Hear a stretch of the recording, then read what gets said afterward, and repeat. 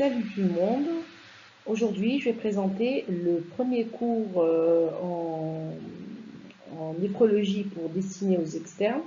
C'est le rappel anatomique du rein et du néphron. Donc brièvement, je vais vous présenter le plan de la question. D'abord les rappels anatomo-cliniques et histologiques du rein, rappel anatomique et histologique du néphron ou la structure fonctionnelle du rein. On va parler de circulation rénale, très importante dans la fonction même du néphron. Et on va parler un peu de la structure de la membrane basale glomérulaire, qui est le maître, donc à tout seigneur, tout honneur, c'est le maître de la filtration glomérulaire, où se passe la filtration glomérulaire. Les trois fonctions du rein: maintien de l'équilibre intérieur, donc d'une homéostasie, donc qu'on boive 5 litres d'eau, qu'on prenne 1 kg de sel, donc on va éliminer tout ça et on va garder un équilibre acide-base, on va garder une osmolarité sanguine et on va garder un taux donc d'eau en intra et en extra-cellulaire assez correct. Élimination des déchets du catabolisme ainsi que des xénobiotiques et sécrétion hormonale. Il faut savoir que cet organe, il est pair. Il est constitué au niveau du haut appareil de 2 reins et 2 uretères. Les 2 reins, ils sont sous-diaphragmatiques. Si on fait un ASP, donc on voit très bien qu'ils sont limités en haut par la 12e vertèbre dorsale et en bas par la 2e et 3e vertèbre lombaire. Donc ils sont de part et d'autre symétriques de la colonne vertébrale. Et elle est constituée d'un bas appareil qui est fait de vessie et d'urètre. Alors, il faut savoir que les reins sont dans une situation anatomique rétro-péritonéale. Donc, il est situé dans la fosse lombaire. Donc, si on fait une couple transversale de l'abdomen, donc vous voyez très bien que les 2 reins sont situés donc, entre les vertèbres. On a un peu plus en avant au niveau de la cavité péritonéale, bien sûr. En avant, donc, on a l'aorte qui va donner naissance aux 2 artères rénales droite et gauche, et la veine cave inférieure, d'où sortent les 2 veines rénales droite et gauche. Alors les reins sont entourés d'une couche de graisse, c'est la graisse périrénale, puis d'une autre enveloppe de tissu conjonctif appelée fascia réale ou fascia de Gerota. Ils sont surmontés donc de surrénal. Et il existe donc ils sont d'une forme donc de haricot. Il existe donc 2 pôles inférieurs et supérieurs et 2 faces antérieures et postérieures. L'huile rénale, il y a l'arrivée du pédicule vasculaire, vous voyez bien les 2 artères rénales et les 2 veines rénales, et départ de la voie urinaire, c'est les uretères au niveau du huile rénale. Il faut savoir que c'est un organe qui pèse entre 100 et 150 grammes, donc c'est petit, c'est pas très lourd, mais ils ont une fonction assez intéressante par rapport, c'est pas le poids qui fait l'affaire, c'est la fonction plutôt. Ils mesurent 12 cm donc de longueur, 6 cm de largeur environ, hein, et 3 cm d'épaisseur. La taille de ces reins est déterminée en fonction du terme et du pas de naissance. Alors sur une coupe frontale du rein, donc on va observer une couche externe, c'est la corticale, et une couche qui est de couleur jaune rosé, où se retrouvent donc les différents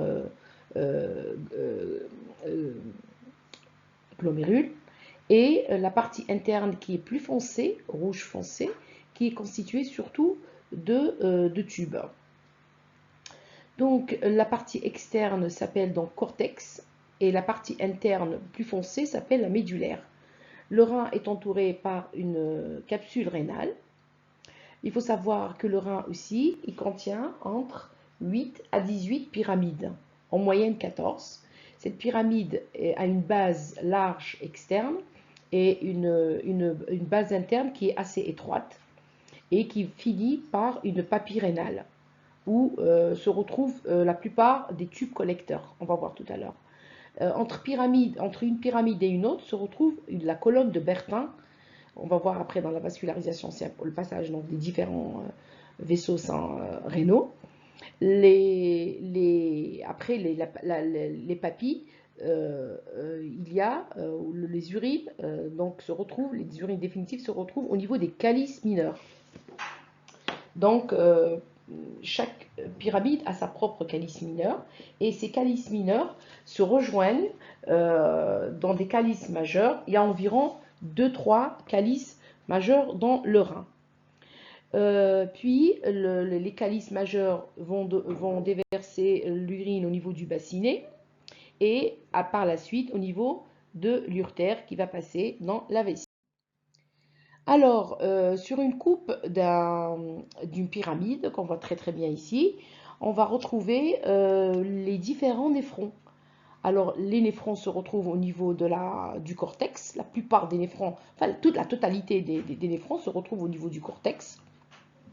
Et puis au niveau de la médulaire, il n'y a que l'anse d'un lait qui va se retrouver à ce niveau-là. Par exemple, le tube contourné, plutôt le corpuscule donc rénal, on a dit, il se retrouve au niveau du cortex, mais tous les tubes vont se retrouver au niveau du cortex, sauf l'anse de Halley qui est au niveau de la médulaire. Mais par contre, le tube collecteur, où se déversent plusieurs tubes contournés distales des différents néphrons, donc au niveau de ce tube collecteur, le tube collecteur peut se retrouver au niveau du cortex et de la médulaire. D'accord? Il y a environ dans un seul rein entre 500 000 et 1 200 000 de néphrons qui fonctionnent tous d'une manière parallèle. Vous avez vu donc entre la taille des reins et le nombre de néphrons, il y a presque une similitude, hein. Donc une différence entre les patients, entre les personnes. Donc sur le plan microscopique, donc, on va retrouver donc, le lit des capillaires du néphron. Vous avez vu que le rein, c'est vraiment un gros vaisseau, hein, qui commence par une artère qui est bien dilatée, mais cette artère, le vaisseau vasculaire, il va diminuer de taille et va avoir affaire à plusieurs capillaires qui ont un rôle dans la physiologie de ce rein. La circulation rénale. Il faut savoir que l'aorte abdominale va donner suite à une artère rénale. Cette artère rénale va se diviser en plusieurs segments. C'est de plus en plus donc fin. Donc, c'est les artères interlobaires qui sont situées entre les pyramides. Et puis, il y a les artères arquées, c'est des artères droits qui vont donner naissance à des artères interlobulaires, donc au niveau du cortex. Et cette artère donc interlobulaire, elle va donner lieu à une artère artériole afférente qui va rentrer au niveau du glomérule. Et on aura une artériole efférente qui va sortir du glomérule. D'accord? Ces artères, donc, cette artériole efférente, elle va irriguer tout le tubule. D'accord? Et elle va se modifier en capillaires péritubulaires.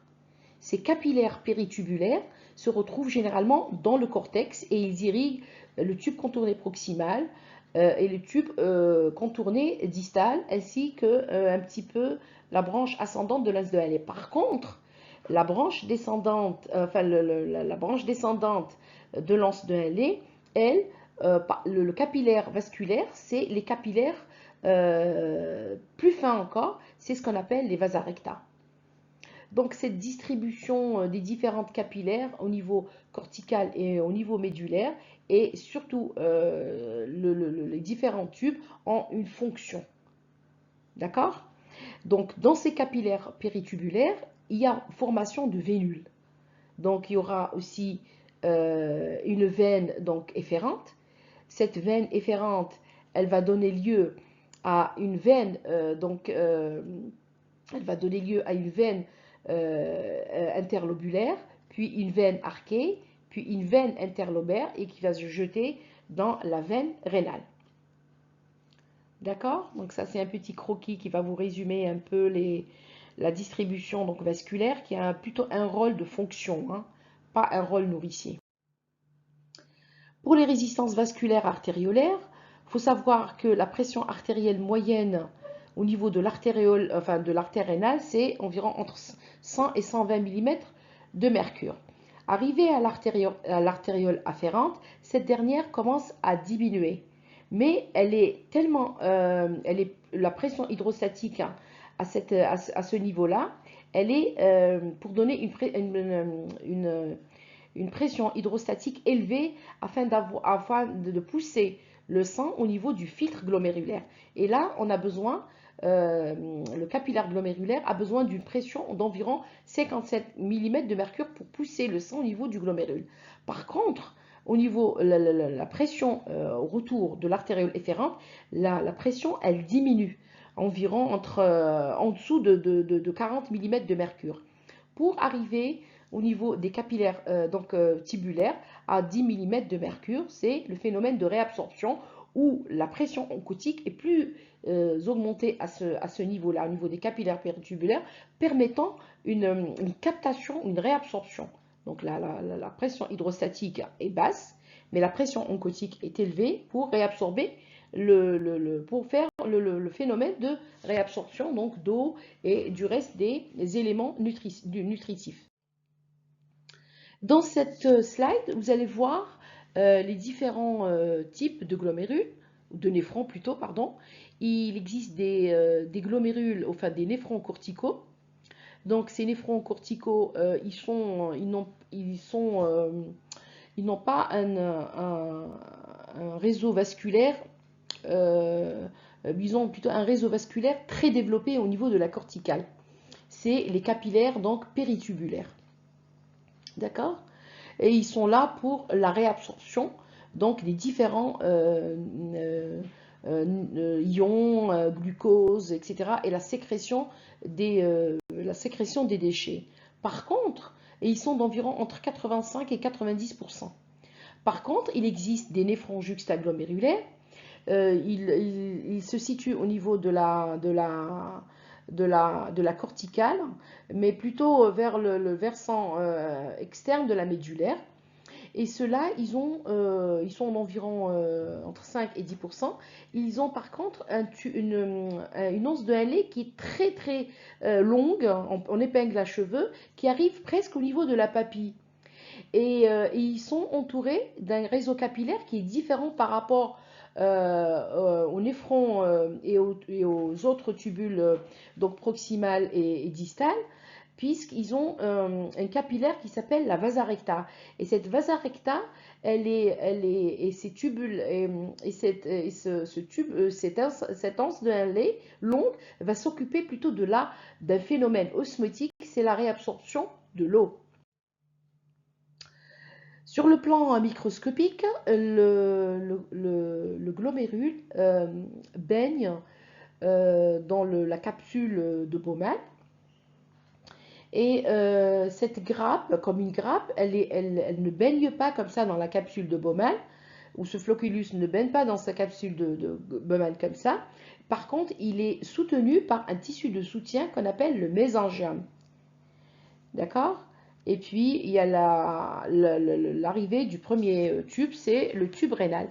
Dans ce glomérule, il y a une grande fonction qui va commencer, c'est la fonction de filtration glomérulaire. Donc, le glomérule est formé donc, de capillaires glomérulaires. Donc, cette peloton est formée de capillaires glomérulaires.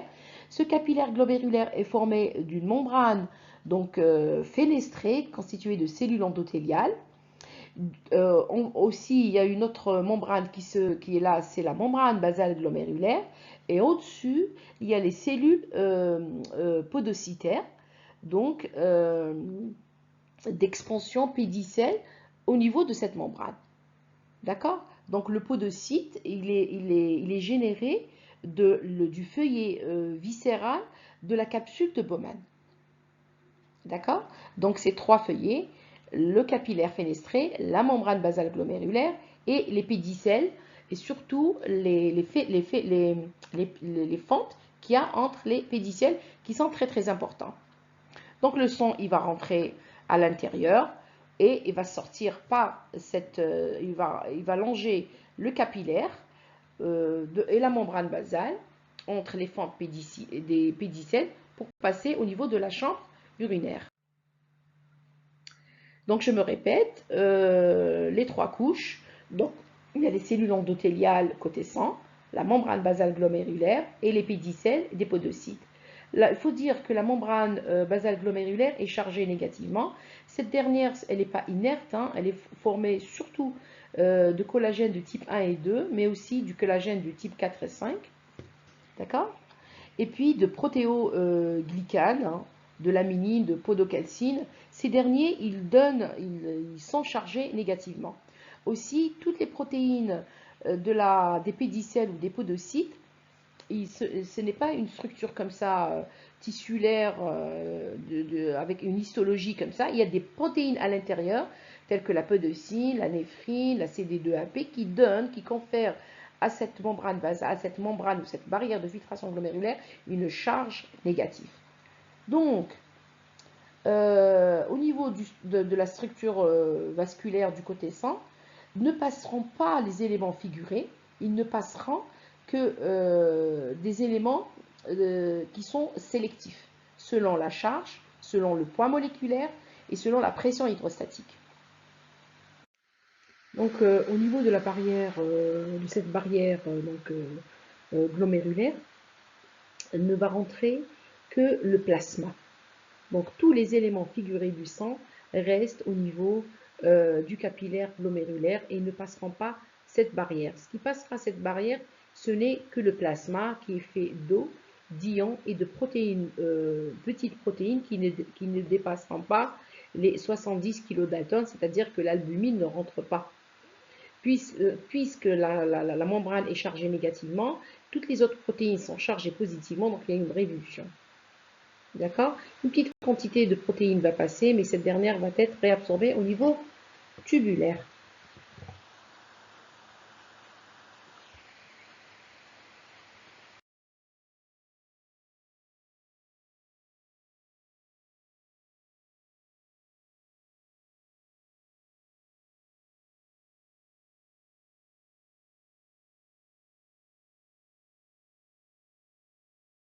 De ce topo. Voilà, et puis bon, si vous avez bien compris, c'est bon. Mais sinon, si vous avez des questions à poser, ben, à vos claviers, et j'attends vos commentaires et vos questions. Merci et au prochain topo. Au revoir. Je pense que le cours est terminé. Je vais terminer encore avec cette dernière slide en vous disant une petite citation. La connaissance est d'avoir la bonne réponse. L'intelligence est d'avoir la bonne question. À vos claviers pour me poser des questions en dessous de cette vidéo. À la prochaine conférence. Au revoir.